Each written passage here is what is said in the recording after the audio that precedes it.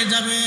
সারা পৃথিবীতে যত আউলিয়া কিরাম এসেছিলেন, হযরত ইমাম আযম, ইমাম শাফিঈ, ইমাম মালিকি, ইমাম হাম্বলি, ইমাম বুখারী, ইমাম মুসলিম, ইবনে হিব্বান, ইমাম ইবনে মাজাহ, ইমাম তিরমিজি, ইমাম হাকিম, ইমাম সুয়ুতি, ইমাম হাজার আসকালানি, মোল্লা আলী কারি মক্কি, ইমাম কাসতালানি, পৃথিবীর যত বড় বড় বড় বড় ইমাম, যত বড় বড় মুহাদ্দিস পৃথিবীতে এসেছিলেন, পৃথিবীর যত ওলি এসেছিলেন, আবুল হাসান কিরকানি, বাইজিদ বুস্তামি, হযরত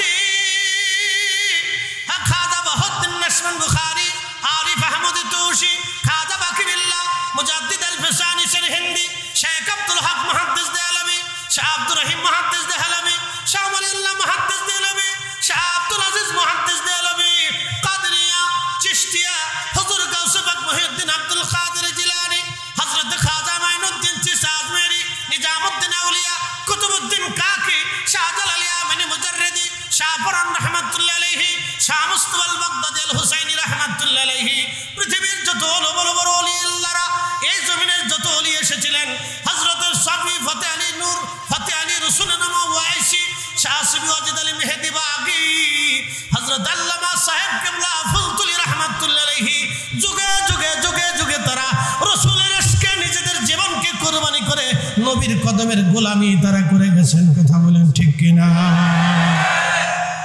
আল্লামা ডক্টর ইকবাল রাহিমাহুল্লাহ ইলমুদ্দিনের ঘটনার পরে তখনই তিনি লিখলেন, মগজ কোরআন রূহে ঈমান জানে দিন, হাসতে হবে রাহমাতুল লিল আলামিন। কোরআনের মগজ বানাও, কোরআনের মগজ, বুঝতে পারতেছেন? কোরআনের মূল, কোরআনের সারমর্ম, কোরআনের মূল, কোরআনের মগজ, কোরআনের মূল মগজ কোরআন, রূহে ঈমান, ঈমানের রূহ, ঈমানের জীবন, ঈমানের জীবন, ঈমানের রূহ, মগজ কোরআন, রূহে ঈমান জানে দিন, ধর্মের জান, ধর্মের প্রাণ, হাসতে হবে রাহমাতুল লিল আলামিন। আল্লাহর নবীর গোলামি, রাসূলের গোলামি, নবীর গোলামি, নবীর গোলামি, নবীর গোলামি। আল্লাহু আকবার ওয়ালিল্লাহিল হামদু, বিসমিল্লাহির রাহমানির রাহিম।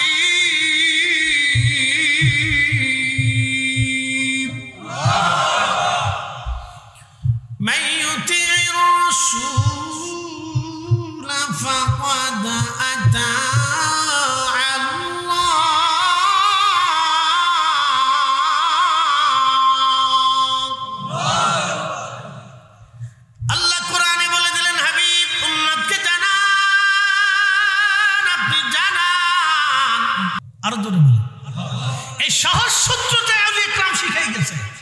কথা কর না কেন?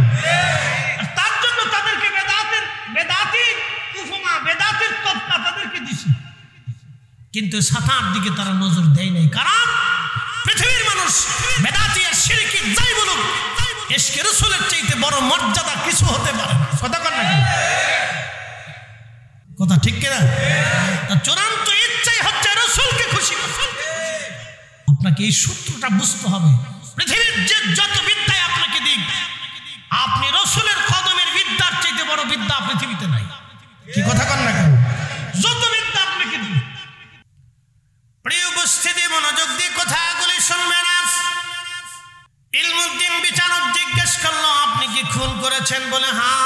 ইচ্ছায় না অনিচ্ছায়? একেবারে সুন্দর ইচ্ছায়। একসাথে বলবেন আল্লাহু আকবার। আমি একবারে সজ্ঞানে স্ব-ইচ্ছায় আমি তাকে হত্যা করছি।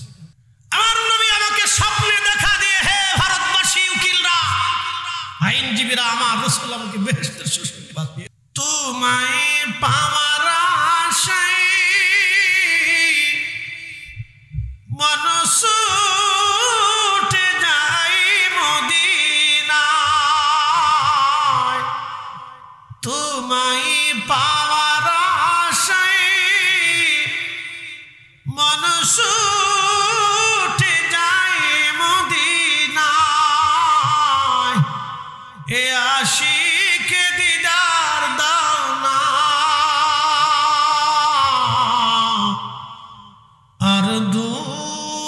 থাকিও না, এ আশিকে দিদার দাও না, আর দূরে থাকিও না। হে রাসূল তোমায় ভালোবাসি, অন্তরে শুধু মুখে নয়, জান্নাতের আশায় নাই হে রাসূল, জাহান্নাম কেউ ডরি না,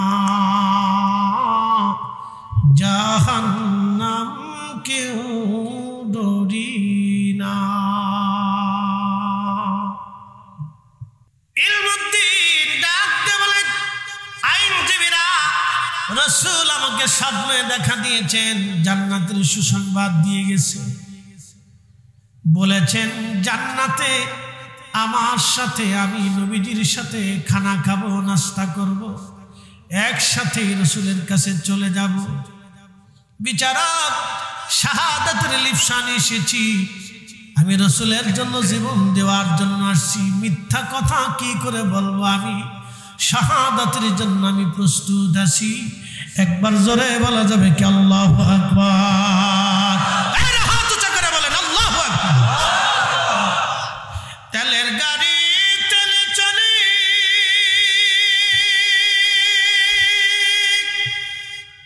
হাওয়ার গাড়ি হাওয়ায় উড়ে, বিনা তেলে চালায় গাড়ি নবী সুলাইমান। আমরা সেই মুসলমান, আমরা সেই মুসলমান। কথা বলেন ঠিক কিনা? আমাদের সবার জীবনের লক্ষ্য উদ্দেশ্য আল্লাহকে খুশি করা, আর কোনো কথা নেই। আল্লাহ আমাদেরকে সৃষ্টিও করছেন, ওমা খালাকতুল জিন্না ওয়াল ইনসা ইল্লা লিয়াবুদুন। আল্লাহ সৃষ্টি করছেন এই উদ্দেশ্যে যে আমরা আল্লাহকে খুশি করব। এক কথা শেষ। লিয়াবুদুন, আল্লাহকে খুশি করা, আল্লাহর গোলামি করা, বন্দেগী করা, আল্লাহকে খুশি করা। আচ্ছা একটা কথা বলি, আপনি বাড়িতে যদি কর্মচারী রাখেন, তো কর্মচারী কেন রাখেন? যে কর্মচারী আপনার বাড়ির কাজ আঞ্জাম দেবে। কথা ঠিক আছে না? নৌকার মাঝি কেন নৌকা চালায়? তার উদ্দেশ্য হলো নদী পার করাবে। তো মাঝির উদ্দেশ্য থেকে সে একবারে নদী পার করাইয়া দিবে। আপনি যখন গাড়িতে ওঠেন, সিএনজি ড্রাইভারের চিন্তা হলো তাকে একবারে শেষ স্ট্যান্ড পর্যন্ত আপনাকে পৌঁছাবে, নতুবা আপনি টাকা দিবেন। তো তার চূড়ান্ত ইচ্ছা থেকে চূড়ান্ত পর্যায়ে আপনাকে পৌঁছাই দেওয়া, মাঝির জীবনের ইচ্ছা থেকে চূড়ান্তভাবে আপনাকে নদী পার করাই দেওয়া। আপনার একজন পিতার ইচ্ছা থেকে সন্তানকে জীবনে প্রতিষ্ঠিত করে রেখে যাওয়া, মায়ের ইচ্ছা থেকে সন্তানকে তার চূড়ান্ত পর্যায়ে তার লালন পালন করে বড় করে দেওয়া। তো বান্দার জীবনের চূড়ান্ত ইচ্ছা হলো আল্লাহকে খুশি করা। আল্লাহ এই কোরআনে বলে দিলেন, হাবিব কাউ উম্মতকে বলে দেন, কেউ যদি আমাকে চূড়ান্ত ভাবে খুশি করতেই চায়, তাহলে আপনি তাদেরকে বলেন তারা যেন চূড়ান্ত ভাবে আপনাকে মহব্বত করে আপনাকে মেনে নেয়,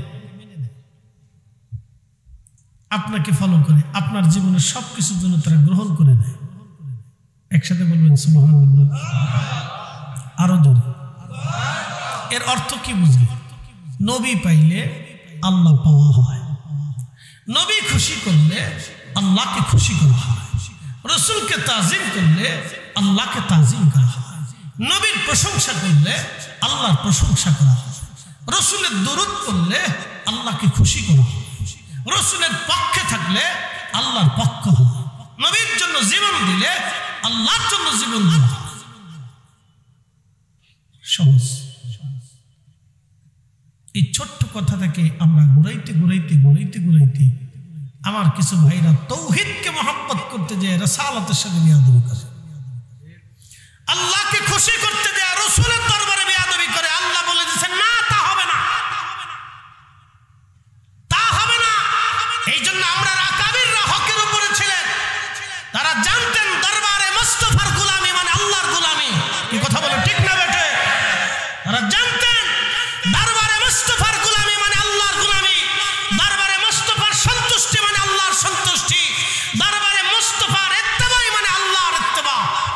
জন্য তারা জীবনের চূড়ান্ত সবকিছু রাসূলের কদমে বিলীন করছে।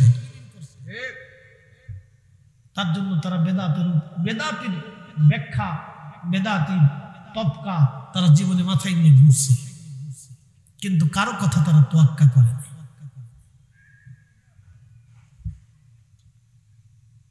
এগুলো আমাদের বুঝতে হবে। প্রিয় উপস্থিতি, শুধু কি এইখানে আয়াতে শেষ? রব্বুল আলামিন আরো জানাই দিলেন, হাবিব চূড়ান্ত ভাবে আপনি নবীকে যদি তারা মেনে নিয়ে নেয় বন্ধু, তাহলে শুনে নেন, আপনি তাদেরকে জানিয়ে দেন ফাত্তাবিউনি ইউহিব্বুকুমুল্লাহ, আমি রব্বুল আলামিন তাদেরকে মহব্বত করব। যে আপনি নবীকে মহব্বত করবে, চূড়ান্ত ভাবে আপনি নবীর গোলামি করবে, আমি আল্লাহ তাকে মহব্বত করব। শুধু মহব্বতই করব না, হে রাসূল আপনি বলে দেন বন্ধু, ওয়ায়াগফিরুজ যুনুবা জামিআ, আমি রব্বুল আলামিন তার জীবনের সমস্ত গুনাহগুলি আমি আল্লাহ মিটাই দিব, মাফ করে দিব। একবার জোরে বলা যাবে কি আল্লাহু আকবার।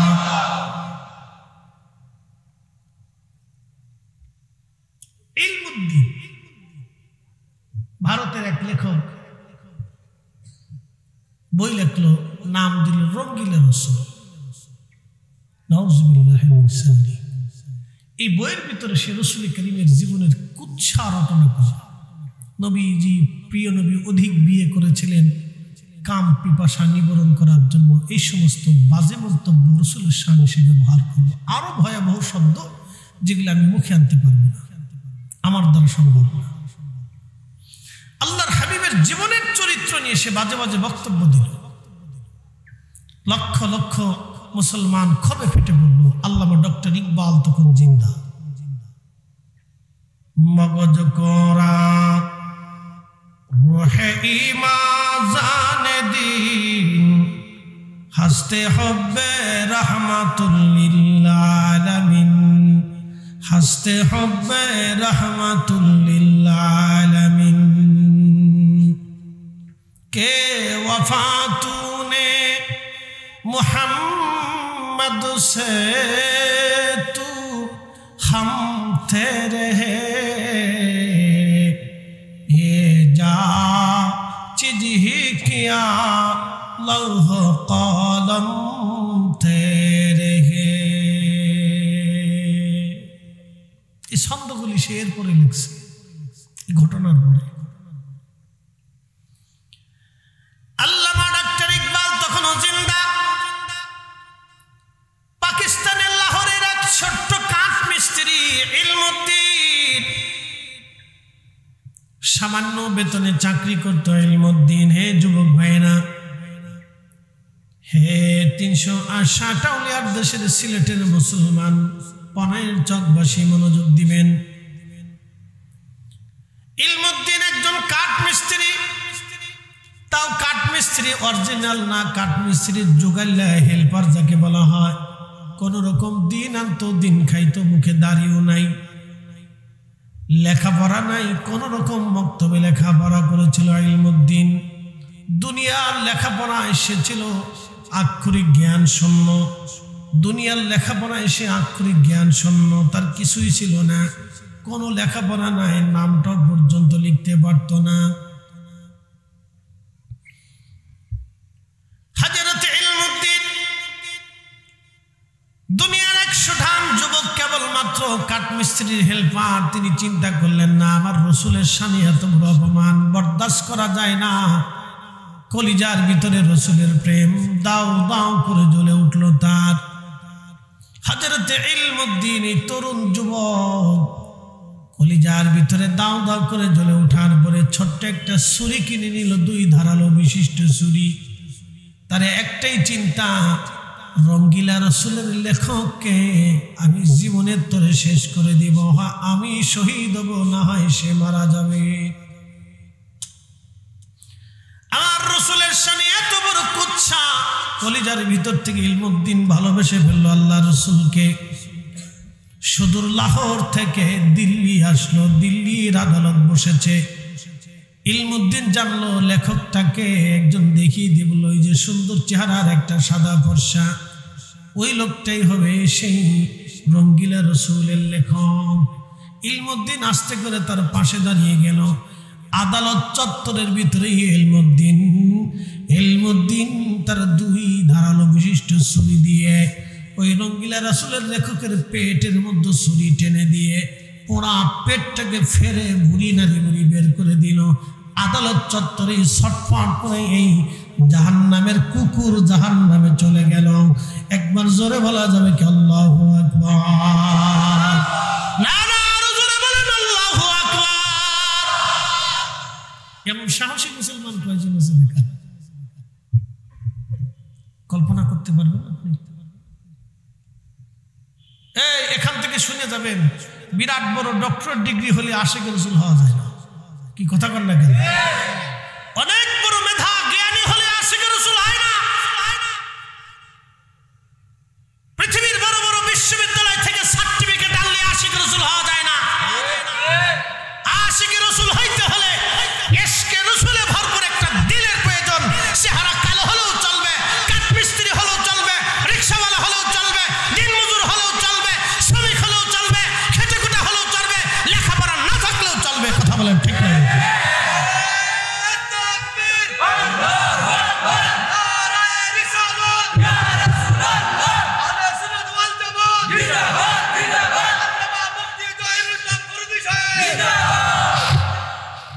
ইশকে রাসূল আলাদা জিনিস।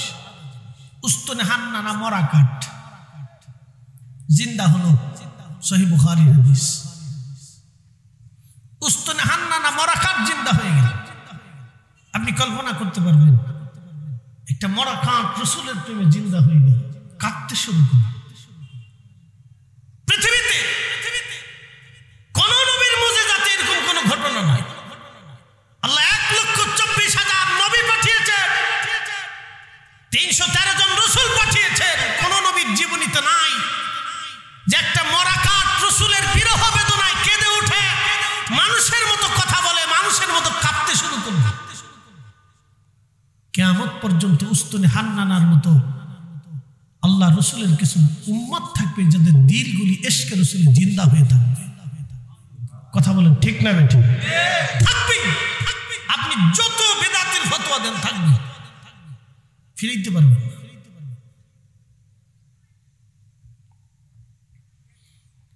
প্রিয় উপস্থিতি, মনোযোগ দিবেন।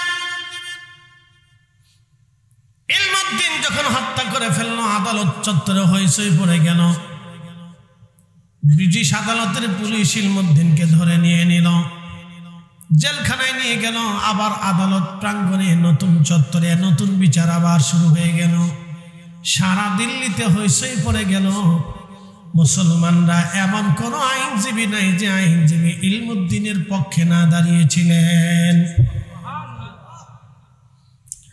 ভারত পাকিস্তানের অবিভক্ত ভারত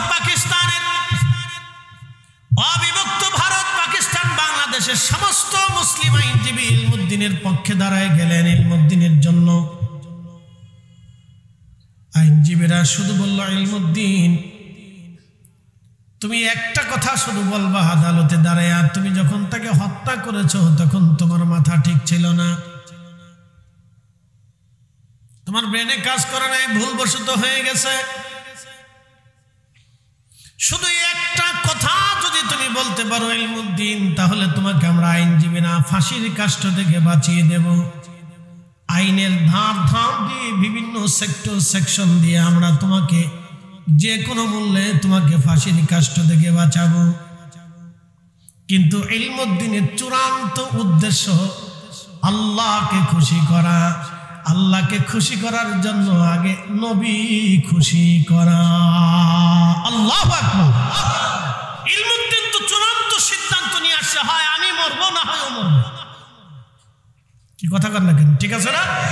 ইলমুদ্দিন তো সিদ্ধান্ত চূড়ান্ত করে আসছে তার জীবনে, শাহাদাতের লিপসা নিয়ে এসে চলে আসছে। বাকি অন্য কোন উদ্দেশ্য নেই, শাহাদাতের লিপসা নিয়ে আসছে। একটা মূর্খ, লেখাপড়াহীন, কোনো লেখাপড়া নেই, দেখেন আশিক রাসূল হয়েছে, শ্রেষ্ঠ হয়ে গেছে। কথা বলে ঠিক কিনা? কোনো লেখাপড়া নেই, কিন্তু সে কি হয়ে গেল? মহাজ্ঞানীদেরকে ছাড়িয়ে গেল, বড় বড় জ্ঞানীদেরকে ছাড়িয়ে গেল, বড় বড় শাইখুল হাদিস মুফতি আল্লামাদেরকে সে ছাড়িয়ে চলে গেল। আপনি বুঝেন ইশকে রাসূলের দাম, এখান থেকে বুঝে যান। এক মুহূর্তে, এক কাজে, এক মুহূর্তে ইলমুদ্দিন ওই জামানার বিখ্যাত বিখ্যাত উলামা ইকরাম থেকে ছাড়িয়ে চলে গেল। একসাথে বলবেন আল্লাহু আকবার, আরো জোরে। ইশকে রাসূলই উম্মতের শ্রেষ্ঠত্ব, নতুবা কোনো কিছুতে শ্রেষ্ঠত্ব নাই।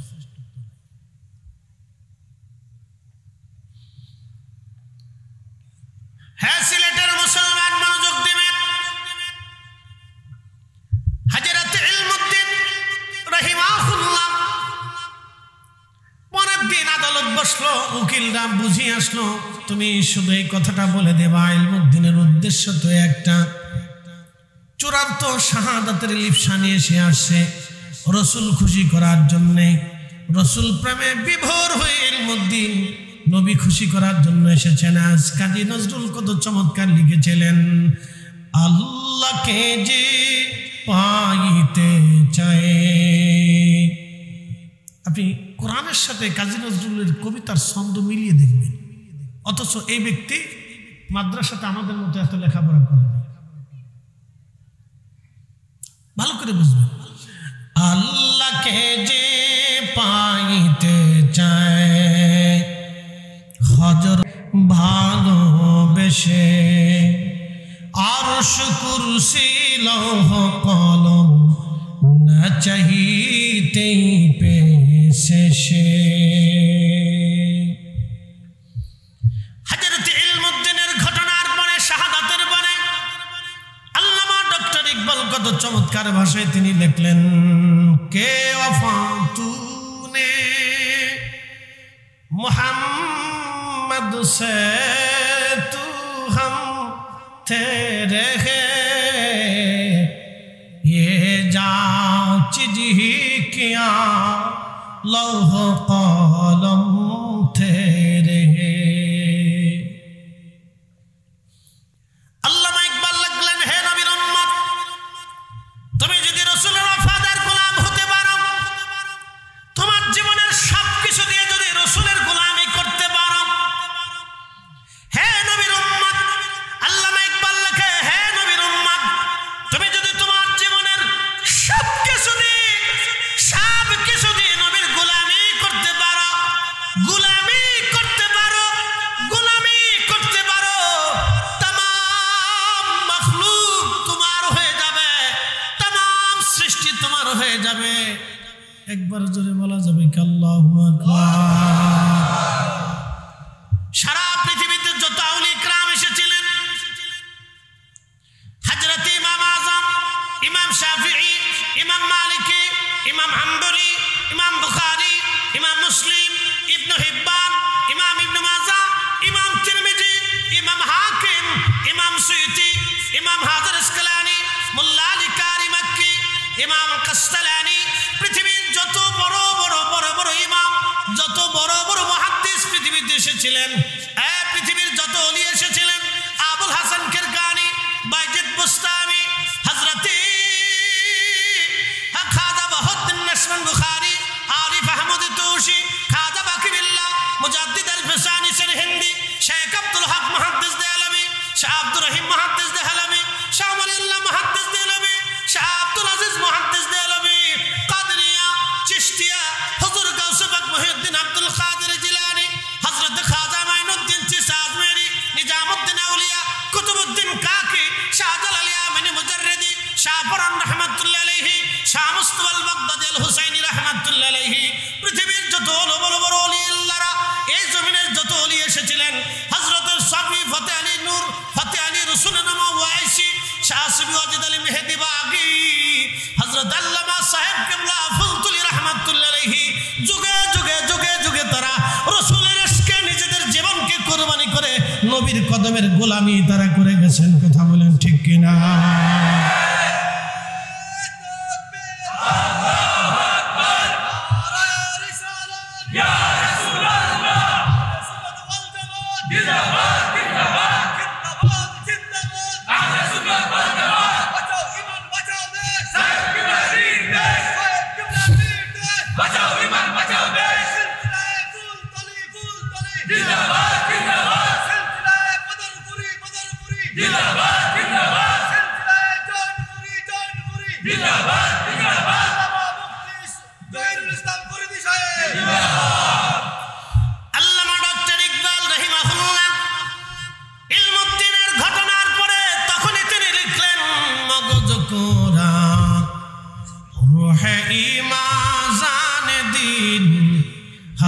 হব্বে রহমাতুল লিল আলামিন মগজ কোরা রূহে ঈমান জান দিন হাসতে হব্বে রহমাতুল লিল আলামিন। কোরআনের মগজ বানা, কোরআনের মগজ বুঝতে পারতেছেন?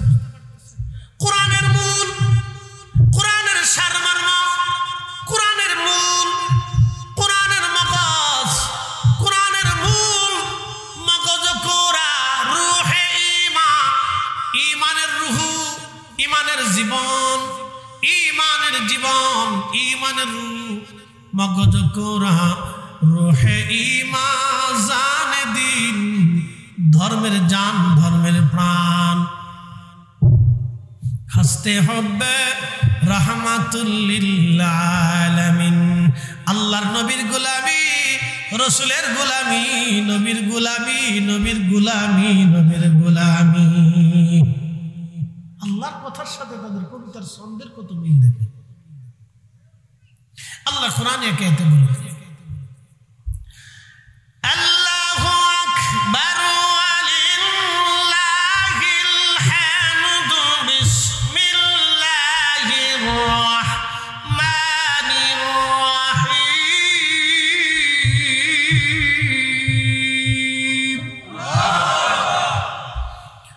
মান ইউতি'র রাসূল ফাকাদ আতা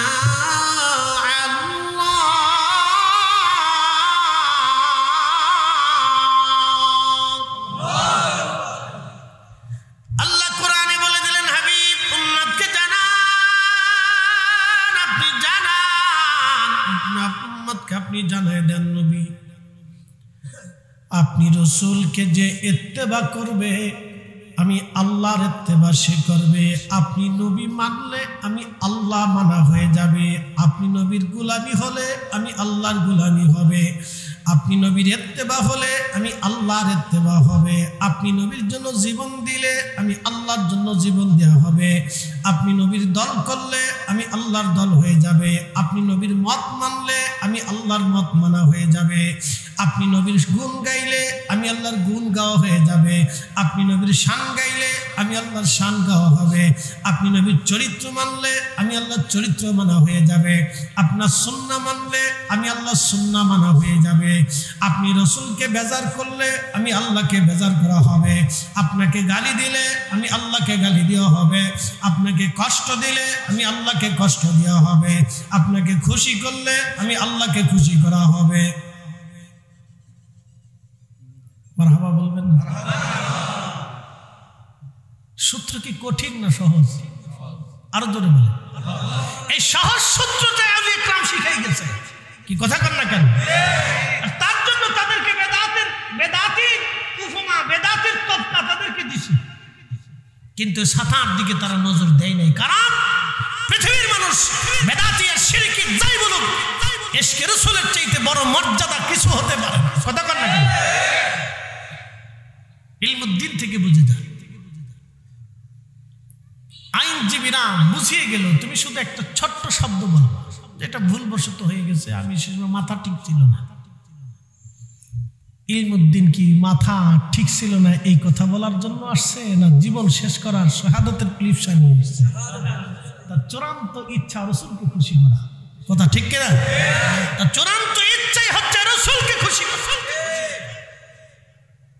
আপনাকে এই সূত্রটা বুঝতে হবে। পৃথিবীর যে যত বিদ্যায় আপনাকে দিক, আপনি রসুলের কদমের বিদ্যার চাইতে বড় বিদ্যা পৃথিবীতে নাই। কি কথা কন না কেন? যত বিদ্যা আপনাকে দিক, এই কথা মনে রাখবে। এখান থেকে পদস্খলন যাতে আপনাদের না হয়, তো সর্বনাশ হয়ে যাবে। কিচ্ছু করার নেই, মেহেশর কায়েম হবে। আপনি আমি কবরে চলে যাব। আমাদের আগে বহু জাতি গোষ্ঠী বংশ কবরে চলে গেছে, আল্লাহর কিচ্ছু আসে যায় না। কিন্তু রসুলকে যদি বেজার করে যান তাহলে মহাসর্বনাশ হবে, মেহেশর বড় কঠিন হবে। পৃথিবীর কেউ আপনাকে মেহেশরে সাহায্য করার কোন রাস্তাই থাকবে না। না হুজুর গাউসে পাক, না বড় বড় আউলিয়া, আতকিয়া, মুজাদ্দিদ, উলামা, ফুদালা, মুহাদ্দিস, মুফাসসির, না সাহাবী, না তাবি, না তাবি তাবি। না হাসান বসরি, রাবেয়া বসরির মতো বড় বড় আউলিয়ারা। সেদিন রাসূল কারীমের কদম মোবারক পর্যন্ত আপনাকে কেউ নিতে পারবে না যদি এখানে গুস্তাখি করে যায়। কোটি কোটি মানুষ আপনার ভক্ত হলে কি হবে? কি হবে তাতে? আপনার আমার কবরে কোটি কোটি মানুষ যদি ফুল দেয় কি লাভ হবে যদি রাসূল বেজার থাকে? কথা কি সহজ না কঠিন? একবার সহজ না? যদি রাসূল আমার উপর বেজার থাকে তো কোটি কোটি মানুষ আমার কবরে ফুল দিলে কি লাভ হবে? বলুন কি লাভ হবে? কোটি মানুষ আমাকে গালি দিলে কি ক্ষতি হবে যদি রাসূল আমার উপর খুশি থাকে?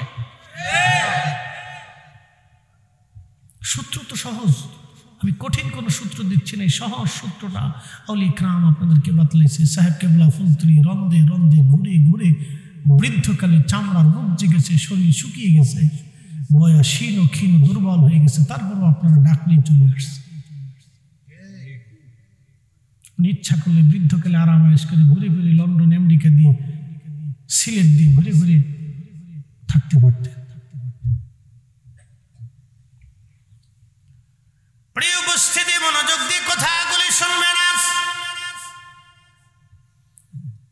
ইলমুদ্দিন বিচারক জিজ্ঞেস করলো, আপনি কি খুন করেছেন? বলে হ্যাঁ। ইচ্ছায় না অনিচ্ছায়? একেবারে সুন্দর ইচ্ছায়। একসাথে বলবেন আল্লাহু আকবার। আমি একবারে সজ্ঞানে স্ব-ইচ্ছায় আমি তাকে হত্যা করছি। উকিলরা সব নীরব নিথর হয়ে বসে গেল। কি করলাম? আর ইলমুদ্দিন কি বলে ফেলল? সমস্ত মুসলিম উকিল যারা ছিল সব নিথর হয়ে পড়ে গেল। একটা শব্দ উচ্চারণ করলে তাকে ফাঁসির কাষ্ঠ থেকে আজ বাঁচাই নিতে পারতাম। সমস্ত আদালত চত্বর নীরব হয়ে গেল। বিচারক রায় দিবে। বিচারক রায় দিলেন তাকে ফাঁসির কাষ্ঠে ঝুলিয়ে হত্যা করা হোক। বিচারকরা জিজ্ঞেস করলো, ইলমুদ্দিন কথাটা না বললে কি হতো না? ইলমুদ্দিন বললেন, কি করে আমি কথাটা বলবো? গত রাত্রে রাসূল কারীম আমাকে স্বপ্নে দেখা দিয়েছে।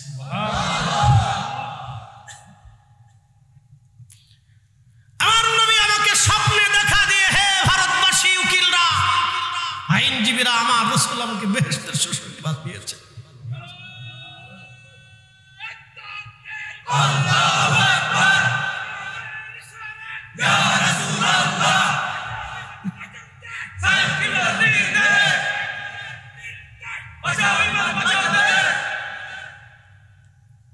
হে রাসূল, তোমায় ভালোবাসি,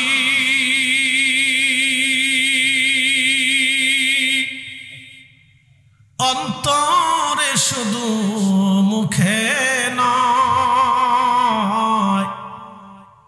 জান্নাতের আশায় নয় হে রাসূল, জাহান্নামকেও ডরি না। তোমায় পাওয়ার আশায় মনস উঠে যায় মদিনায়, তোমায় পাওয়ার আশায় মনস উঠে যায় মদিনায়, এ আশিকে দিদার দাও না,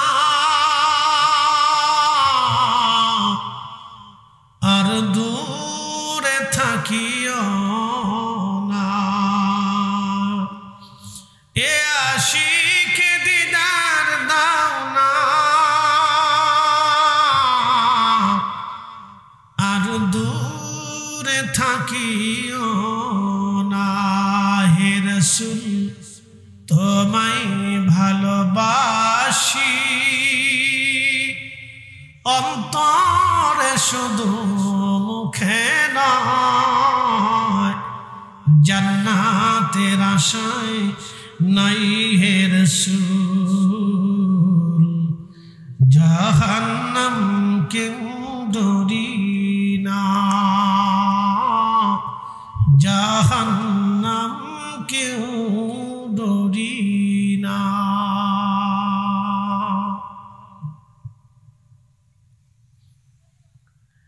ইলমুদ্দিন ডাক দিয়ে বলেন, আইনজীবীরা, রাসূল আমাকে স্বপ্নে দেখা দিয়েছেন, জান্নাতের সুসংবাদ দিয়ে গেছে, বলেছেন জান্নাতে আমার সাথে, আমি নবীজির সাথে খানা খাবো, নাস্তা করব, একসাথে রাসূলের কাছে চলে যাব। বিচারক, শাহাদাতের লিপসানে এসেছি, আমি রাসূলের জন্য জীবন দেওয়ার জন্য আসছি, মিথ্যা কথা কি করে বলবো, আমি শাহাদাতের জন্য আমি প্রস্তুত আছি। একবার জোরে বলা যাবে কি আল্লাহু আকবার? হাত উঁচা করে বলেন আল্লাহু আকবার। তেলের গাড়ি তেলে চলে,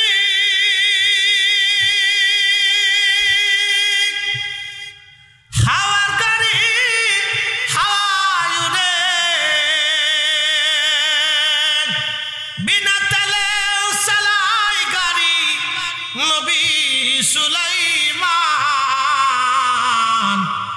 আমরা সেই মুসলমান, আমরা সেই মুসলমান। কথা বলেন ঠিক কিনা?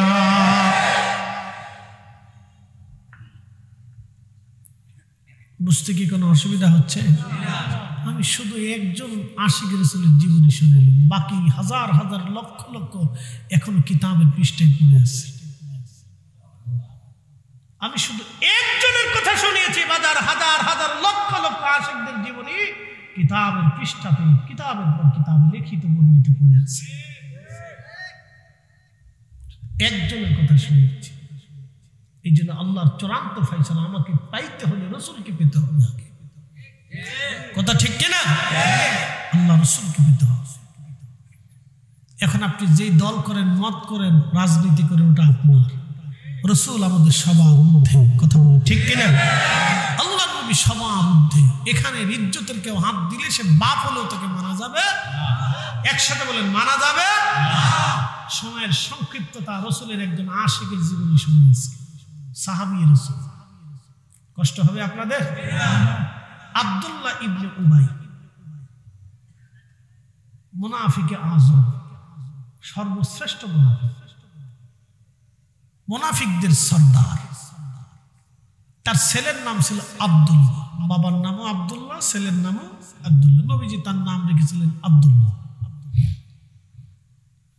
ছেলে খুব আশিক রাসূল ছিল। সূরা মুনাফিকের তাফসীরের ভিতরে আসছে, কোন এক জিহাদে রাসূল করিম সাহাবায়ে কিরাম নিয়ে রওনা করলেন। তো রওনা করার সময় এই সাহাবায়ে কিরাম বিশ্রাম করতেছিলেন। তো কোন এক কারণবশত এক আনসারী এবং মুহাজিরদের মধ্যে বাক বিতণ্ডতা লাগলো। হতে পারে না, অনেক জায়গায় হয় না, আমাদেরও হয়ে যায়। তো তর্কাতর্কি হলো। মুহাজির সাহাবীদের কাছে বিচার দিল, আনসারী সাহাবীদের কাছে বিচার দিল। তো বাইদা বাই ঘটনার বর্ণনা চলে গেল আব্দুল্লাহ ইবনে উবাইর কাছে। আব্দুল্লাহ ইবনে উবাই আনসারীদেরকে ডাক দিলেন, এই আনসারীরা, আমরা মুহাজিরদেরকে জায়গা দিছি, খাইতে দিছি, পড়তে দিছি, থাকতে দিছি, ঘুমাইতে দিছি, জমি দিছি, ঘর দিছি, আমরা আমাদের স্ত্রীদেরকে তালাক দিয়ে তাদের সাথে বিয়ে দিছি। তাদের সাহস কি করে হয় আমরা আনসারীদেরকে ধমক দেয়? মদিনায় যাওয়ার পরে এই আনসারীদেরকে ঘর থেকে বের করে দেব, মদিনার থেকে তাড়িয়ে দেব এই মুহাজিরদেরকে। একটা শব্দ, মদিনায় ফেরত যাওয়ার পরে সমস্ত মুহাজিরদেরকে ঘাট ধাক্কা দিয়ে বের করে দেব।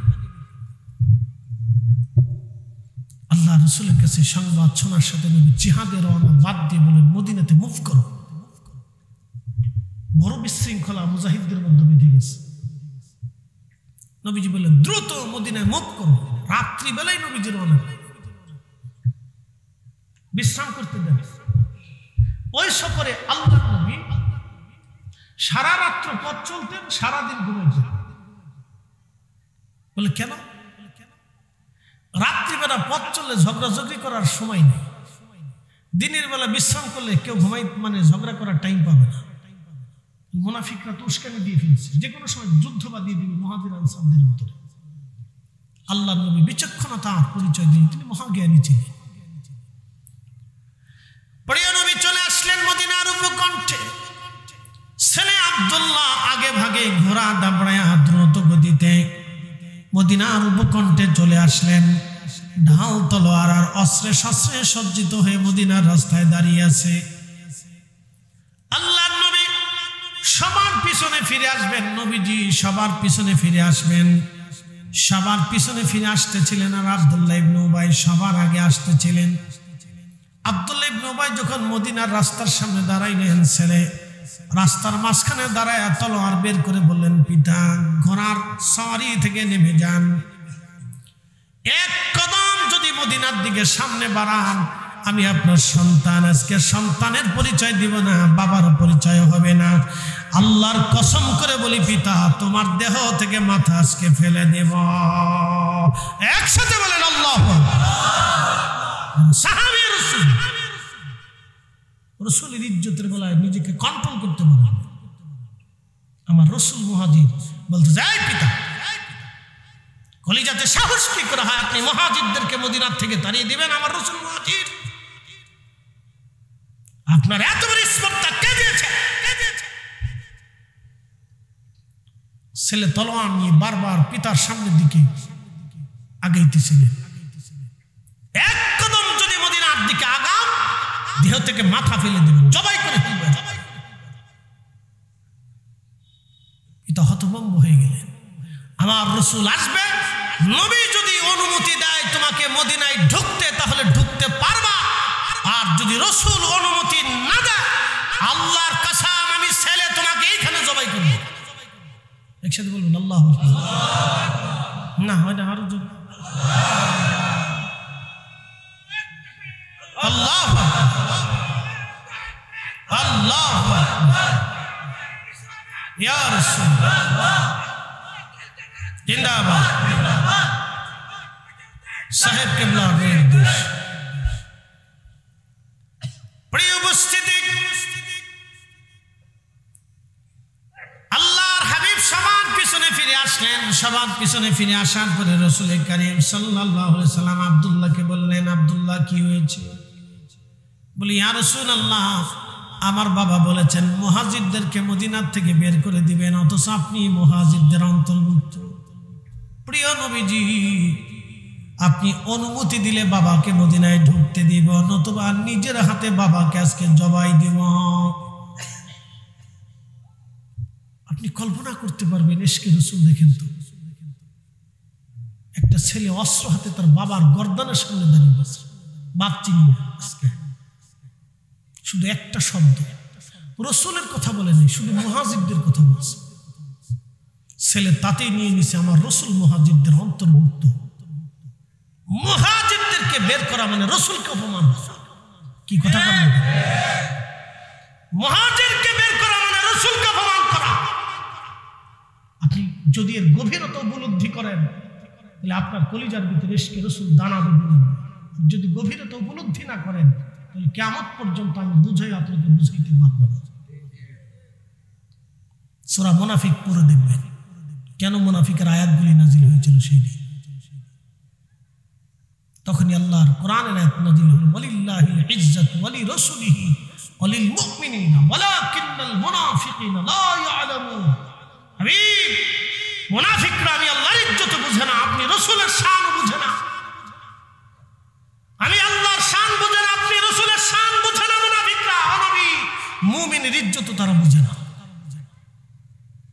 আল্লাহ কঠোর ভাষায় বাক্য নাজিল করে বলেন, মুনাফিকরা এটা বুঝে না।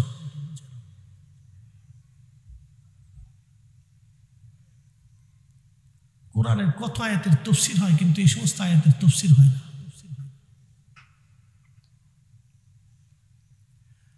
আল্লাহর নবী ডাক দিয়ে বলেন, আব্দুল্লাহ, আমি যদি তোমার পিতাকে হত্যা করার অনুমতি দেই, তাহলে মানুষেরা বলবে মুহাম্মদ সাল্লাল্লাহু আলাইহি সাল্লাম সাথীদেরকে হত্যা করে তোমার বাবাকে ছেড়ে দাও।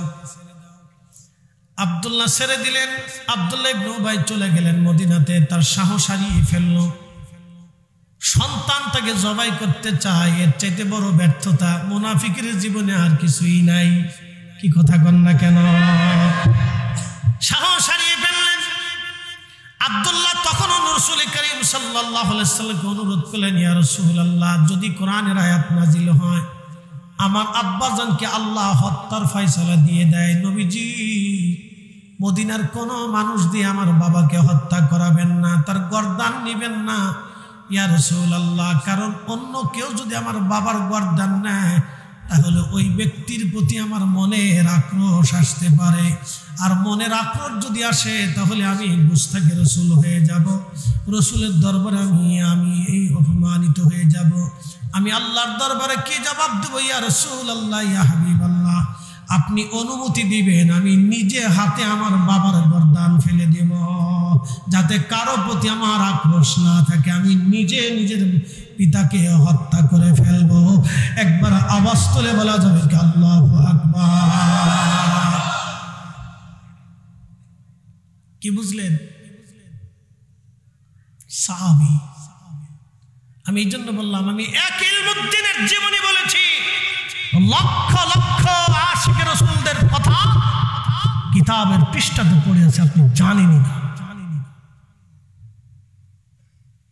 সাহাবীদের জীবনের অনুভূতি দেখেছে, শুধু বুঝে যাবে নিজের বাপকে ছেড়ে দেয়, নিজের বাপ ছেড়ে দেয় না।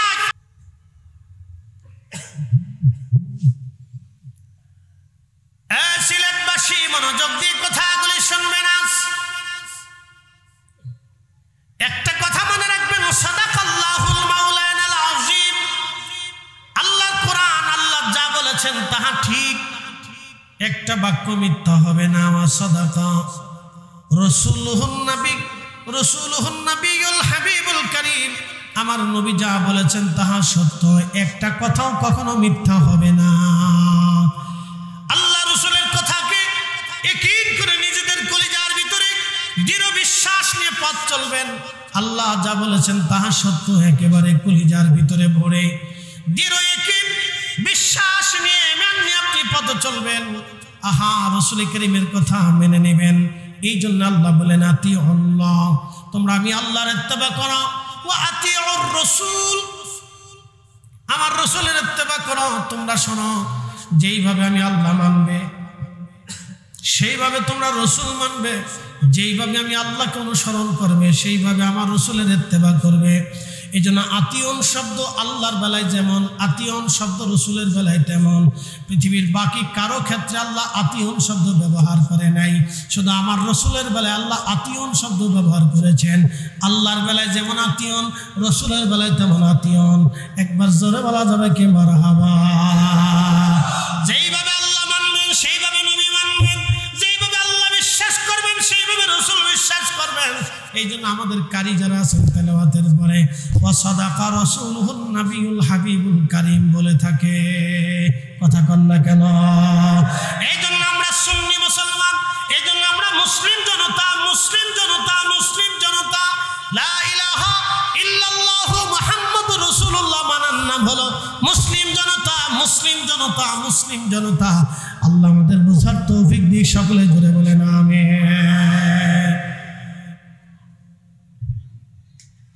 প্রিয় উপস্থিতি, আমরা কবরে চলে যাব, পৃথিবী ধ্বংস হবে।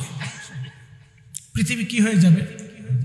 একসাথে বলি, যে সুন্দর পৃথিবী দেখতেছেন এটা ভাবে থাকবে না, এটা শেষ হবে, ধ্বংস হয়ে যাবে পৃথিবী। পৃথিবীর কিছুই থাকবে না, কিয়ামত আসন্ন। ওয়াবিল আখিরাতি হুম ইউকিনুন, তোমরা আখিরাতে বিশ্বাসী হও, আখিরাতের প্রতি পরিপূর্ণ ইয়াকিন আনো যে সেটা কায়েম হবে, প্রতিষ্ঠিত হবে। মালিকি ইয়াউমিদ্দিন, সেই দিনের বিচারক হবে আমার রব। তোমরা হাসরের মাঠের জন্য অপেক্ষায় থাকো, কিয়ামত অনুষ্ঠিত হবে, পৃথিবী মিসমার হবে, তামাম সৃষ্টি ধ্বংস হয়ে যাবে। শুধু পৃথিবী না, তামাম সৃষ্টি ধ্বংস হয়ে যাবে, তামাম সৃষ্টি, তামাম সৃষ্টি ধ্বংস হয়ে যাবে। কিয়ামত আসার আগে পৃথিবীতে দুই ধরনের আলামত আসবে। একটা বলা হয় আলামতে কুবরা, বড় আলামত। আলামতে কুবরা হলো 7টা, বলে দিয়ে যাই। এক নম্বরে ইমাম মাহদী আলাইহিস সালাম পৃথিবীতে আগমন করবেন, দ্বিতীয় নম্বরে ইমাম মাহদীর পরে হযরতে ঈসা রুহুল্লাহ পৃথিবীতে আসমান থেকে নেমে আসবেন, তিন নম্বরে দাজ্জাল আসবে, তামাম পৃথিবীতে ফিতনা ছড়াইতে থাকবে, চতুর্থ নম্বর দাব্বাতুল আরদ আসবে, একটা বিশেষ প্রাণী, সে মানুষের সাথে কথা বলতে থাকবে, পঞ্চম নম্বর কিয়ামতের আলামত হলো সারা পৃথিবীতে একযোগে একসাথে ভূমিকম্প হতে থাকবে, ষষ্ঠ নম্বর পশ্চিম আকাশ থেকে সূর্য উদিত হয়ে যাবে, এটা হলো ষষ্ঠ নম্বর কিয়ামতের আলামতে কুবরা। ষষ্ঠ নম্বর হলো পশ্চিম আকাশ থেকে সূর্য উদিত হবে, তওবার দরজা বন্ধ হয়ে যাবে।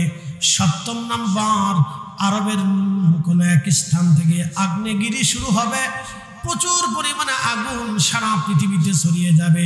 আপনারা দেখলেন আমেরিকার ক্যালিফোর্নিয়ার একটা শহর, মুহূর্তের ভিতরে আমার আল্লাহ দাবানল দিয়ে আগুন দিয়ে মুহূর্তের ভিতরে 150 বর্গ ফুট এলাকা থেকে শুরু করে বিরাট একটা শহর, আমার আল্লাহ সুন্দর সাজানো শহর, পৃথিবীর বড় বড় ধনীরা, পৃথিবীর বড় বড় আপনার রাজনীতিবিদেরা, পৃথিবীর ধনী ধনী ওই যে আপনার কি বলে আপনার যারা তারকা আছে, যারা তারকা যাদেরকে বলে তারা, আসলে কি তারা তারা না শয়তান?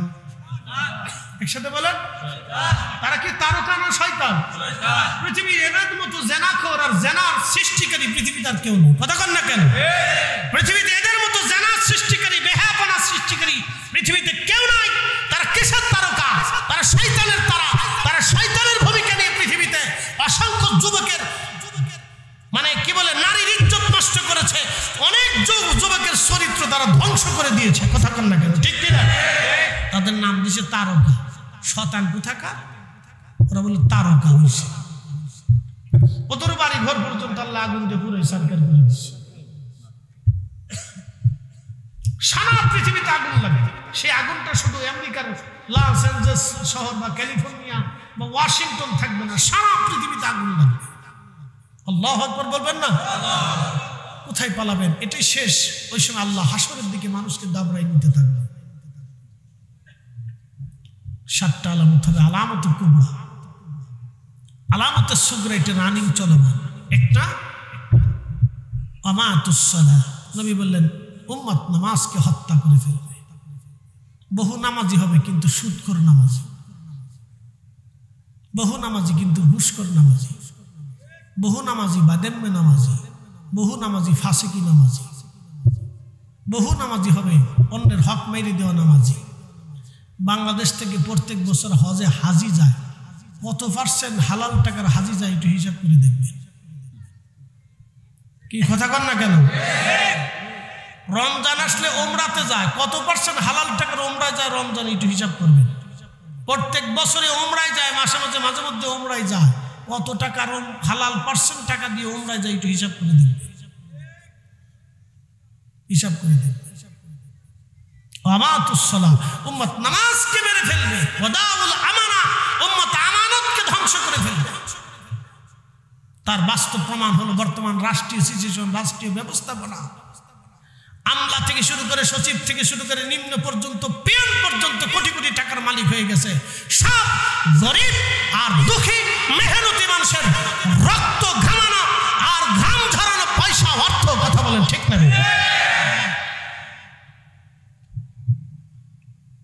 সব মেহনতি মানুষের, কৃষক গরিব মেহনতি, আজকে কৃষক যদি কোনো ডিসি অফিসে যায় তাহলে মূল্যই করে না, তারা মানুষই মনে করে না। কি কথা কন না কেন? অথচ কৃষকের ঘাম ঝরানো পরিশ্রম থেকে আজকে ফসল হয়, সবজি হয়, খাবার হয়, ধান হয়, আমাদের নিত্য প্রয়োজনীয় রিজিকের ব্যবস্থা হয়, তাদের ঘাম ঝরানো পয়সা, তাদের ঘাম ঝরানো পরিশ্রম থেকে। অথচ ডিসি অফিস, কি কয় এসপিএসি, টিএনও অফিস, বাংলাদেশের বিভিন্ন কোনো অফিস আদালতে এই কৃষকগুলি গেলে তাদেরকে মানুষই মনে করে না, এদেরকে গরিব দুঃখী মনে করে দূর দূর করে তারা ধর। কালকে সেদিন দেখলাম এক আনসার এক দরিদ্র মানুষকে পিটাচ্ছে ময়মনসিংহ, শুধু পিটাচ্ছে না, ঘাট ধরে ধরে জোর করে টেনে নিয়ে যাচ্ছে, একটা লোক বাধা দিল না, একটা লোক বাধা দিল না। চিন্তা করলাম যে কত মানুষের ভিতরে একজন নিরীহ মিটার চাই, একটা লোক বাধা দিল, তার মানে বোঝা গেল মানুষের সংখ্যা দেশে কমে গেছে।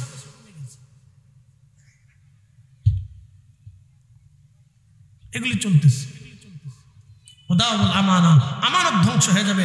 আল্লাহ রাসূল বলেন, উম্মত তখন তোমরা কিয়ামতের জন্য অপেক্ষা করো, প্রস্তুতি নাও তখন কিয়ামতের জন্য। আল্লাহর নবী বলে দিলেন, তোমরা কিয়ামতের জন্য তখন প্রস্তুতি নাও।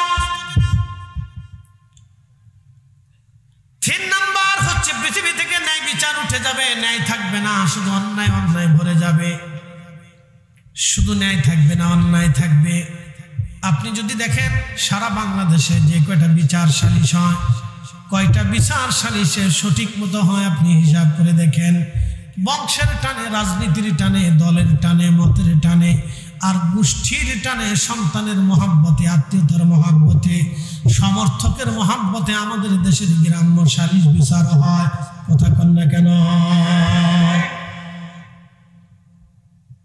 আল্লাহ রাসূল বললেন, তোমরা তখন কিয়ামতের অপেক্ষা করতে থাকো। ভাই আমার কথা বলতেছি না, আমি আর রাসূলেরটা বলতেছি,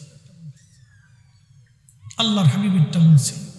নবী বললেন, বেহায়াপনার সয়লাব এত পরিমাণে হবে, মানুষ দিনে দুপুরে দিনে প্রকাশ্যে জেনা করে। আপনি যদি যান বোটানিক্যাল গার্ডেন, রমনা গার্ডেন, আপনি আপনার বাচ্চা নিয়ে, সন্তান স্ত্রী নিয়ে ঘুরতে পারবেন না, তো লজ্জা করবে। আজকে আমরা যে সমস্ত বড় বড় বিদ্যাপীঠ দেখি, ভার্সিটির মতো জায়গাতে আজকে বেহায়াপনা চলতেছে। কি কথা কর না কেন? যেখান থেকে মানুষ আসবে সেখান থেকে অমানুষ তৈরি হচ্ছে। বলে হুজুর কি করে বললেন? কি করে বলি মানে, ভাত খাইয়া মেধাবীরা যখন একটা পাগলকে পিটায় পিটায় মারে, তখন আমরা কি বুঝবো? কি কথা কর না কেন? একটা মেধাবী ছেলেরা হাসতে হাসতে হাসতে হাসতে ভাত খাওয়া পিটায় পিটায় মেরে ফেললো একটা মানুষ। এটা কি মানুষের কাছে হতে পারে? এরকম কত শত ঘটনা হয়, কতদিন কোন দিক দিয়ে হয়, যেখানে সেখানে প্রকাশ্যে মারামারি, কুবাকুবি, পিটে পিটি, যে যারা পারতেছে মারতেছে, দাঙ্গা হাঙ্গামা চলমান, মারামারি। সেই দিন আমার ফরিদপুরে সিঙ্গারে নিয়ে মারামারি করতেছে, কুবাকুবি করতেছে। আচ্ছা, সে 5 টাকা সিঙ্গারে নিয়ে তোরা মারামারি করিস কি? এটা নিয়ে তো মারামারি কুত্তাই করে। কি কথা কর না কেন? জোরে বলে। আমার দেশ, আমার দেশ, দুঃখে করে আমি কথা বলতেছি, আমার দেশ শহরে একটা সিঙ্গারে নিয়ে কুত্তা কামড়া কামড়ি করতেছে, মারামারি করতেছে। ছি ছি ছি ছি ছি, এটা মানুষ আমাদের দেশে। কুত্তাও মাঝে মধ্যে চিন্তা করে, তোরা মানুষ হই চুটকে।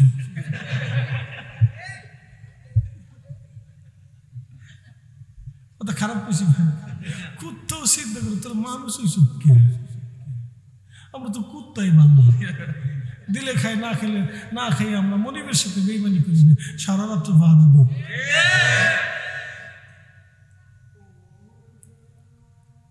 এক মিনিট, মসজিদটা কাছে,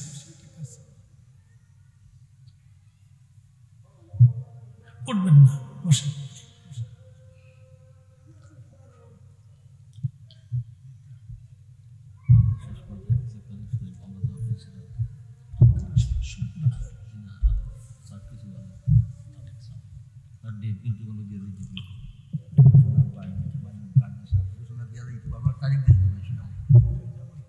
আরে ভাই বুঝি না, আপনি ওখানে ডেট দিয়ে চলে যাবেন। আগামী বছর ডেট দিয়ে আপনার তারিখ 10 তারিখের ভিতরে একটা ডেট দিয়ে যাবেন। জানুয়ারি 10 তারিখের ভিতরে আপনি একটা ডেট দিয়ে দেবেন। আপনি আজকে তারিখ দিয়ে আপনার রাজি আছেন?